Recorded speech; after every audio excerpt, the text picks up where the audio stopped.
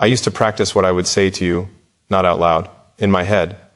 Late at night, in hotels that all looked the same, with the curtains drawn against cities I couldn't name in the dark, I would lie there and rehearse the version of myself I thought you deserved, the polished version. The one with the right words, the right posture, the right amount of vulnerability, offered at the right moment, in the right sequence for maximum effect. I rehearsed you, I rehearsed us, I rehearsed a love I hadn't lived yet, as if love were a presentation, as if the heart were a boardroom and I could win it with preparation.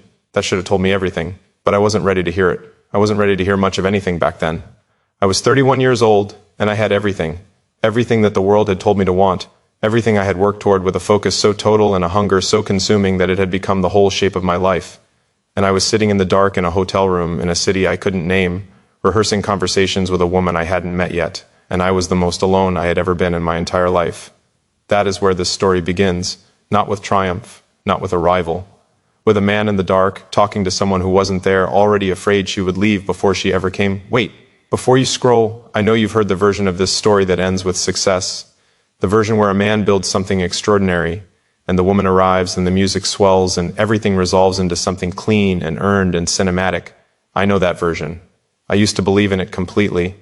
I used to think that if I built enough, if I became enough, if I optimized every variable of my existence into something impressive and undeniable, you would come, and you would stay, and the staying would feel like proof.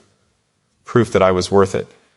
Proof that all of it, the sacrifice, the relentless grinding forward motion, the years of choosing work over rest and building over living and achieving over simply being, proof that all of it added up to something deserving of love. I was wrong about almost everything, and this is the story of how I found that out. Slowly, painfully, with a great deal of grace I didn't earn and didn't deserve and received anyway. This is the story I am telling you, future wife, wherever you are, whatever you're doing right now, however far away this moment feels. Because I need you to know who I was before I knew who I could be. Because I need you to know that the man who will one day reach for your hand in the dark has been in that dark before, and he did not leave it the same way he entered it. He left it changed. And this is how I built a life that looked extraordinary from the outside. I built it the way you build anything when fear is the architect. Compulsively, relentlessly. Always one more floor, always one more achievement, always one more milestone between you and the thing you're running from. I built systems, I built schedules, I built a daily routine so structured and so optimized that spontaneity itself felt like a threat to the infrastructure. Every hour was allocated, every energy expenditure was justified by its return. Every relationship was maintained at precisely the distance where it could nourish me without costing me the time I needed for the building. I built mornings that began before sunrise and nights that ended after midnight, and the hours between were full, so full, always so strategically, deliberately full. Because full meant safe, full meant forward, full meant I didn't have to stop and ask the question that lived at the center of everything, the question that all the building was designed to keep quiet. Is this the life I actually want? I thought ambition was identity. I thought if I stripped away the achievements, the output, the forward motion, there would be nothing underneath. No self, no substance, just the raw animal fact of a man who, without his productivity, had no particular reason to exist. That was the belief running everything. Not confidence, not drive, not vision, terror, the most sophisticated, most elaborately dressed terror you have ever seen. And I dressed it beautifully. I dressed it in goals and systems and the vocabulary of high performance, and everyone who encountered it saw capability and self-possession, and a man who had himself comprehensively figured out. Nobody saw the terror. Nobody was allowed close enough. Tell me something. When was the last time someone asked how you really were? Not as a formality, not as the conversational lubricant that precedes the actual topic, but really asked, with their whole face, with genuine stillness, with the kind of patient, unhurried attention that says, I have time for whatever is true. When was the last time that happened, and you actually answered honestly? I'll tell you when it last happened to me before everything changed. Never. Not once. Not all the way. Not the full answer, the true answer, the answer that lives underneath the acceptable surface answer. Someone would ask, and I would give them the damaged version. Busy but good, a lot on my plate, but it's all moving in the right direction. Tired but can't complain. And they would nod and move on, and I would feel both relieved and devastated in the same breath. Relieved that the interior remained private. Devastated that no one pushed, that no one cared enough or knew me well enough or felt safe enough to say, no, really, tell me what's actually happening in there. I had built a life that kept that question permanently at bay, and I had confused that safety with strength. I thought love was something you earned. I want to sit with that for a moment because I think this is the thing, the central load-bearing thing, that most men who look like me, who build like me, who drive themselves like me, are carrying and never examining. I thought love was a transaction. I thought it operated on the same principle as everything else I understood. Effort in, outcome out. Become impressive enough, successful enough, capable enough, and love arrives. Maintain the impressiveness, sustain the success, demonstrate the capability consistently, and love stays. I learned this early, the way children learn all their most important and most damaging lessons, not from explicit instruction, but from careful, constant observation of cause and effect. I watched what happened in rooms when I succeeded versus when I struggled. I felt the temperature of approval and the weather of disappointment. I understood, before I had the language for it, that the warmth in the room was conditional, that it responded to my output, that I was most loved, most seen, most held when I was performing at my highest level. And so I performed for 30 years. I performed so well and so consistently and for so long that I genuinely forgot it was a performance. I forgot there was anything underneath it. I forgot that the boy who had learned to earn warmth through achievement was still there, inside all the achievement, still waiting for someone to love him on a day when he hadn't accomplished anything, still waiting for someone to sit across from him in the ordinary light of an ordinary afternoon and say, "I'm not here because of what you've done. I'm here because of who you are. Just this. Just you." I had never heard that. Not in a way I could receive. Look at me for a second. Future wife, and I'm talking to you now directly, the way I should have been talking to every woman I tried to love before I understood any of this. I need to tell you about the altar, because there was an altar. There is always an altar in the life of a man like the one I was. You build it slowly, brick by brick, year by year, and you don't call it an altar. You call it ambition, you call it drive, you call it building towards something. But what it actually is a place of sacrifice. And what you sacrifice on it continuously without ever quite admitting what you're doing is everything that can't be measured. Everything that won't fit on a spreadsheet. Everything that is real and true and human and alive and refuses to be optimized. Presence. I sacrificed presence on that altar. The genuine, full-bodied, phone down, eyes up, here I am presence that is the most intimate thing one person can offer another. I sacrificed it constantly. I sacrificed it for preparation, for planning, for the next version of the plan. I was always half elsewhere. I was always partially in tomorrow, managing the logistics of a future that kept retreating the moment I advanced toward it, while the present, this moment, this person, this conversation, this unrepeatable now, dissolved quietly behind me. I sacrificed honesty on that altar, not the obvious kind. I was not a dishonest man in the ordinary sense. I didn't lie about facts. I lied about interiors. I performed emotional availability without providing it. I said I'm fine when I was fracturing. I said we're good when I was drowning. I curated the version of myself I offered to intimacy the way a museum curator arranges an exhibition. Everything presented at its best angle, in the most flattering light, with the difficult and unresolved pieces kept in storage. I sacrificed vulnerability, the real, unmanaged, I don't know the answer to this kind. The kind that says I'm scared, the kind that says I need help, the kind that says I am not as together as I appear and I would like to be known anyway. In the untogetherness, in the fear, in the uncertainty, in the full complicated truth of what it is to be this particular human being trying to navigate this particular life, I sacrificed it all. And then I wondered why I was so alone. Here's what I learned about loneliness.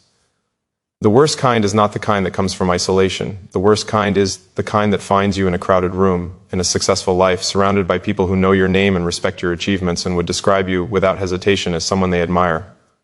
The worst loneliness is the loneliness of being thoroughly seen and not known at all. I lived in that loneliness for years. I furnished it. I decorated it. I made it so comfortable and so functional that I almost stopped noticing it was a cell. Almost.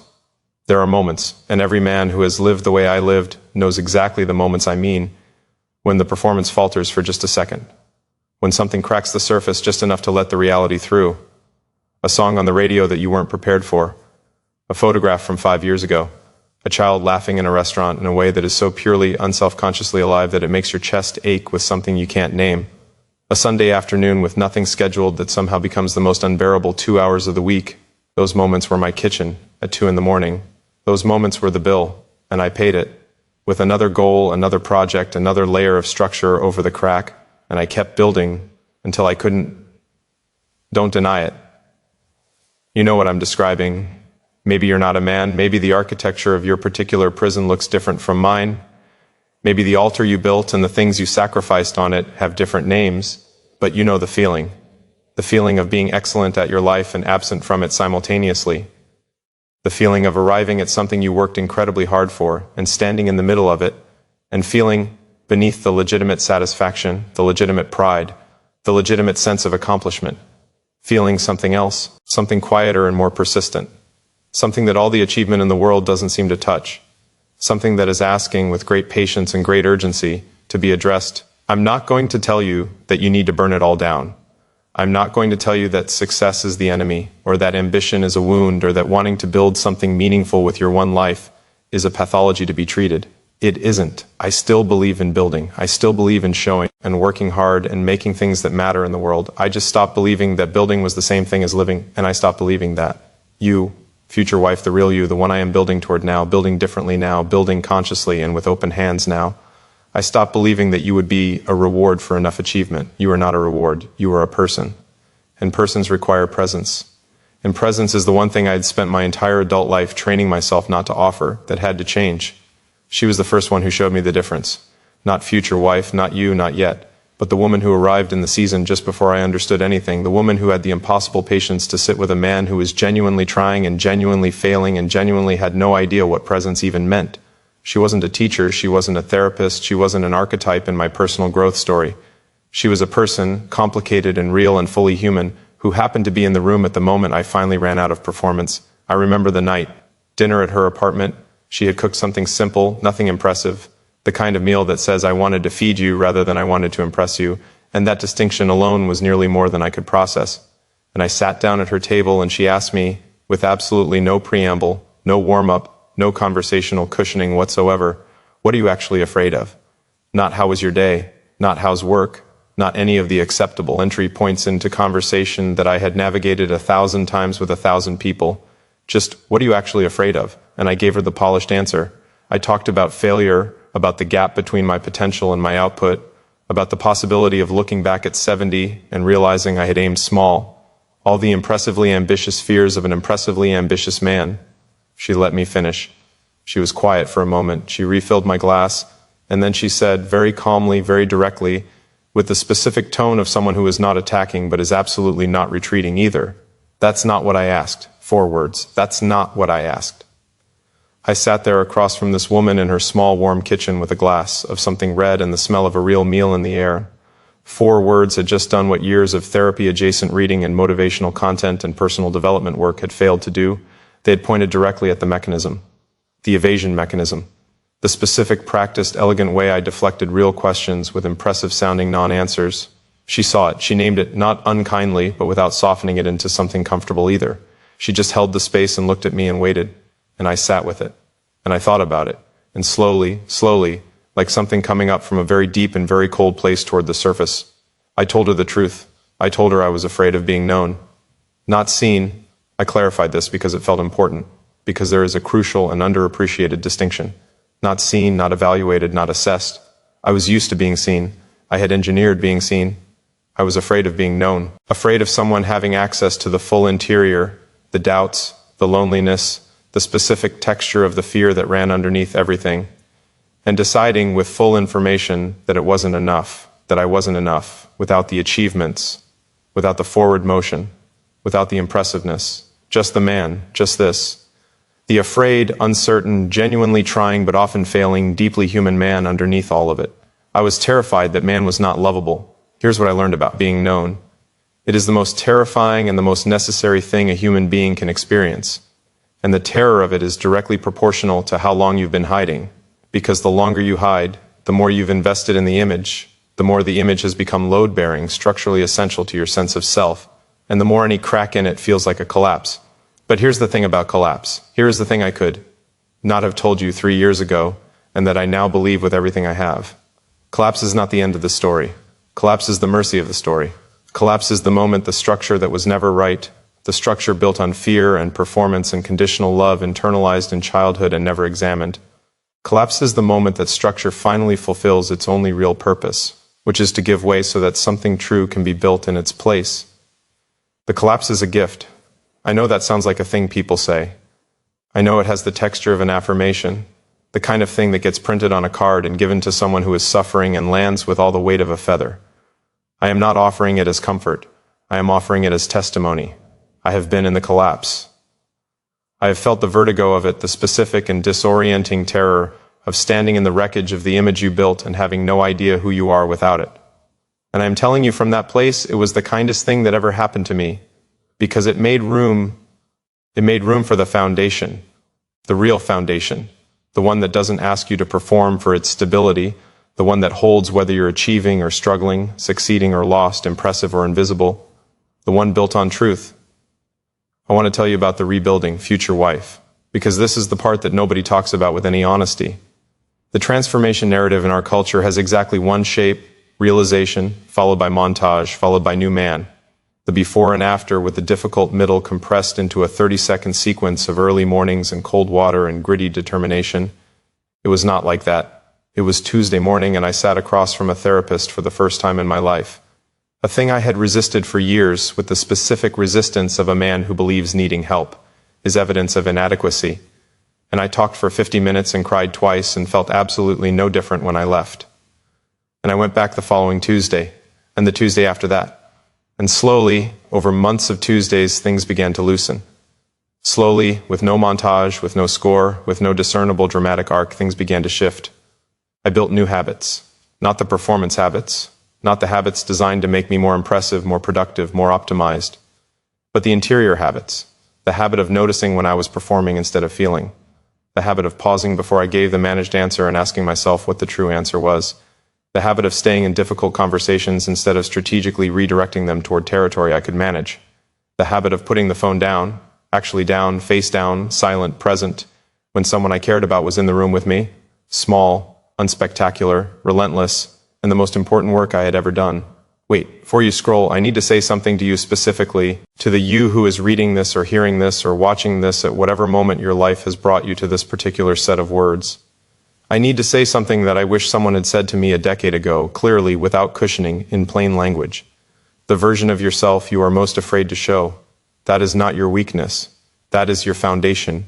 I know that sounds backwards. I know that everything in us, every survival mechanism, every lesson we learned in the rooms of our childhood, and the corridors of our education, and the feedback loops of our social lives, all of it tells us the opposite. All of it says hide the uncertain parts. Lead with the capable parts. Show them the version that has it together, and keep the version that doesn't safely out of sight.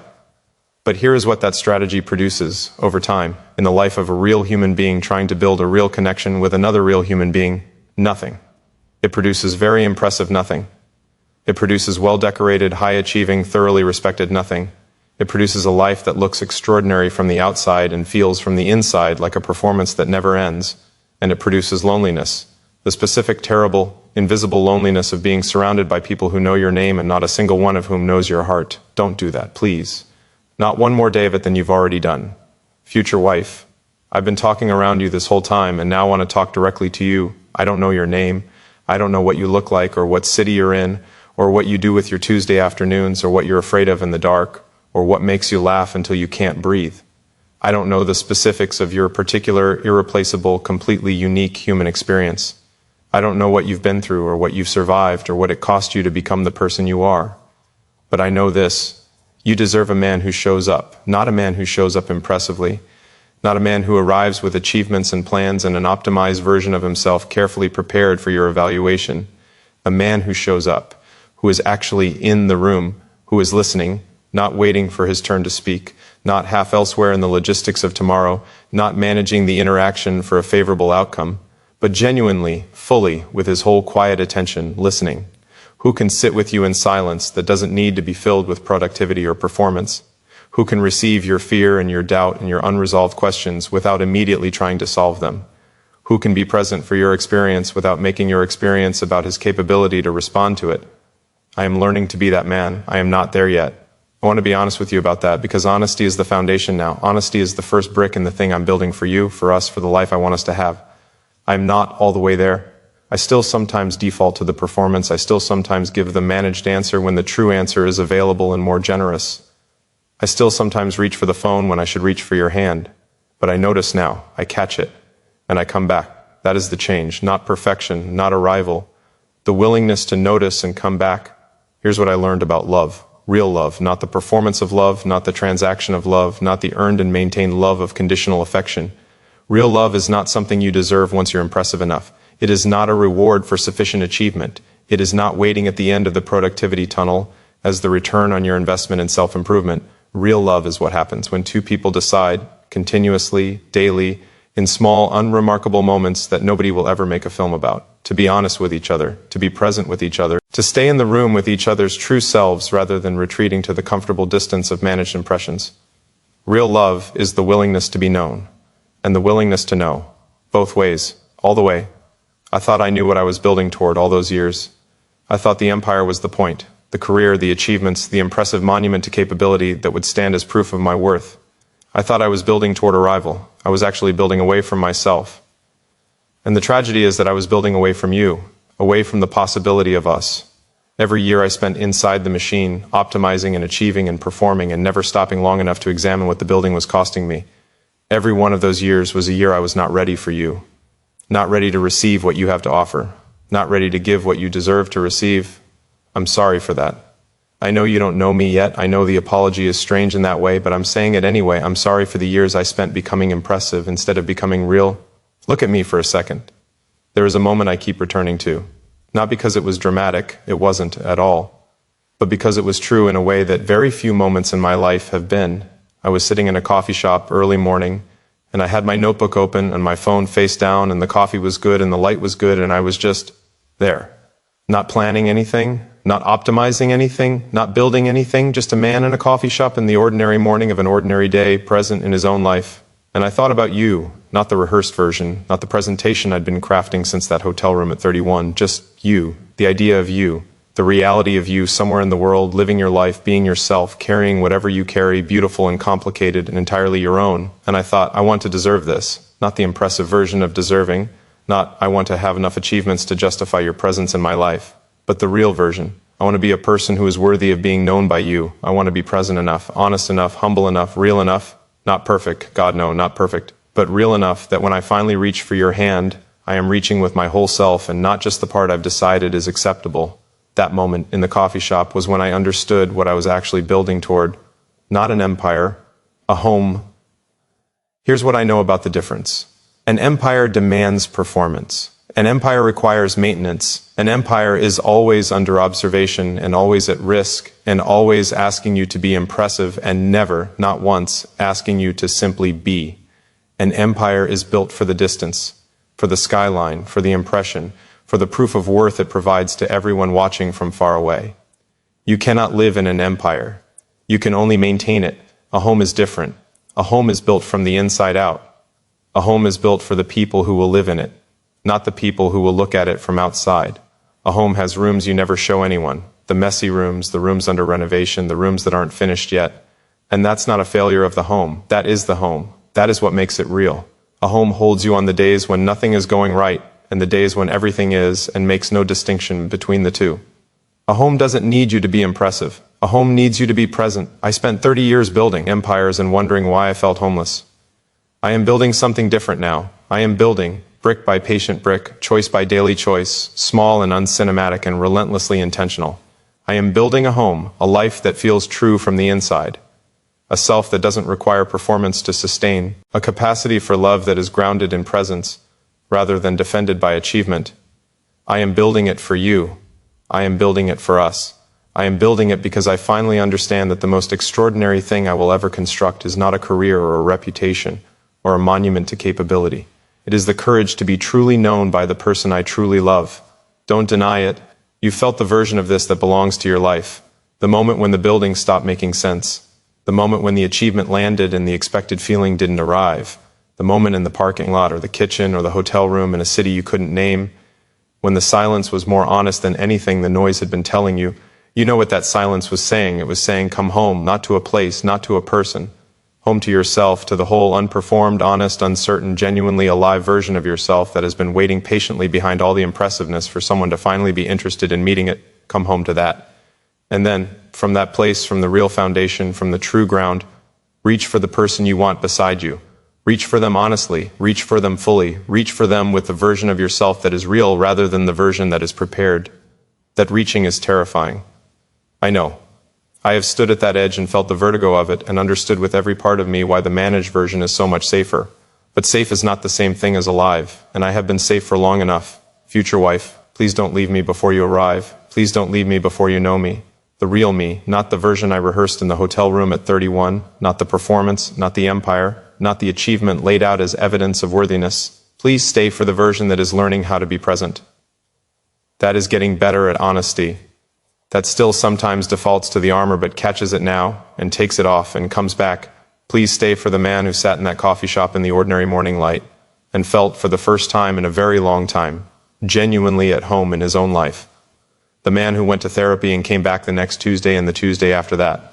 The man who learned, slowly, unglamorously, brick by unremarkable brick, that presence is the practice and honesty is the foundation, and being known is not something to survive, but something to build a whole life around. I love you. Already. In the way you can love a truth before you've found the specific form it will take in your life. I love the idea of us, the real us, the honest and present and fully inhabited us, in the way that people love things they have finally allowed themselves to want, without immediately building a strategy around the wanting. I love you, and I am not finished becoming the person who deserves that love, and I am going to keep going anyway. Here's what I learned about faith. Not the kind that asks you to stop examining things. The other kind.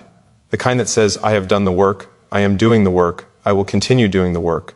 Not because I'm sure of the outcome, but because I believe from the evidence of my own changed life that real things are possible, that presence is possible, that honesty is possible, that a love built on true foundation rather than performance is not just possible but is in fact the only kind worth having.